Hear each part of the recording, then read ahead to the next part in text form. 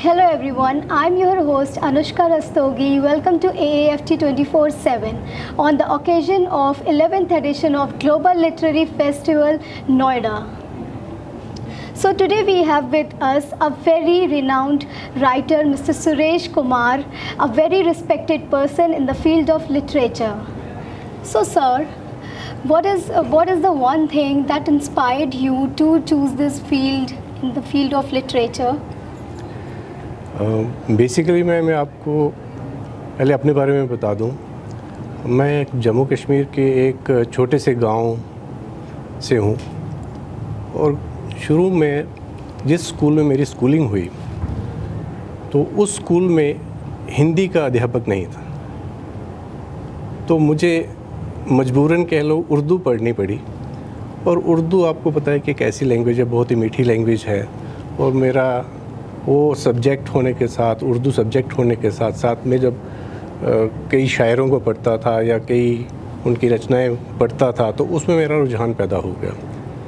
तो school time से ही कह लीजिए, फिर मैंने थोड़ा थोड़ा लिखना शुरू करा, फिर कॉलेज में भी लिखना शुरू करा, मतलब लिखता रहा कॉलेज टाइम, यूनिवर्सिटी टाइम, फिर मुशायरों में, कवि सम्मेलनों में भाग लेने लगा।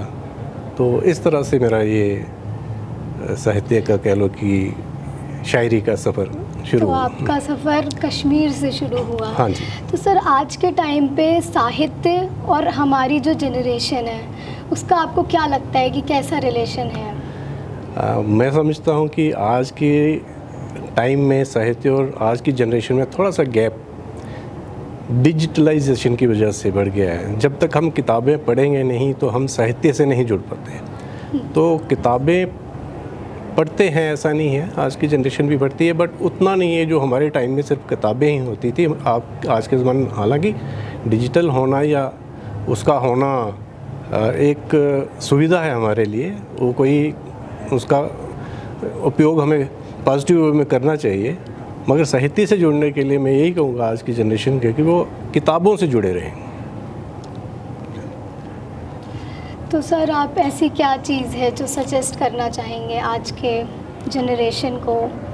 मैं फिर यही रिपीट करूँगा कि यही सुजेस्ट करूँगा कि आपको अगर साहित्य से जुड़े रहना है, एक तो सबसे पहली बात है कि आपको साहित्य से प्रेम कैसे बढ़ाएं, वो भी किताबें पढ़ने से या अच्छी किताबें पढ़ने से, अच्छी पोइट्री पढ़ने से, अच्छा साहित्य पढ़ने से आपका इंटरेस्ट तभी पैदा होगा।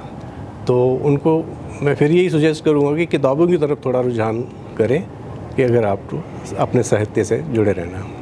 तो आपकी स्टार्टिंग उर्दू से हुई थी? हाँ जी। से तो आप क्या कहते हैं, आपको क्या क्या चैलेंजेस हैं जो उर्दू से स्टार्ट करने में आपको फेस उर्दू से चैलेंजेस ये हैं कि उर्दू इतनी ज़्यादा हर जगह नहीं बोली जाती। अभी मेरी एक बुक आ रही है, फ़रेब मुखलिसी उसका नाम है, उर्दू वर्ड है फ़रेब मुखलिसी, मीन्स कि डिसेप्शन ऑफ सिंसियरिटी। तो उसमें मैंने क्या करा है कि एक पेज में उर्दू में है, एक पेज में उसका देवनागरी में है। बट ये कि देवनागरी में हिंदी वाला पढ़ तो लेगा, उसके कई ऐसे अल्फाज रहते हैं उर्दू में, कई जगह मैंने उनके मीनिंग्स भी लिखे हैं। तो ये चैलेंज मेरे लिए रहता है कि मैं अगर उर्दू में लिखता हूँ, उसको देवनागरी में भी लिखता हूँ, तो अगले पाठक के पढ़ने के साथ साथ उसको समझ भी आनी चाहिए। तो ये एक चैलेंज है मेरे लिए।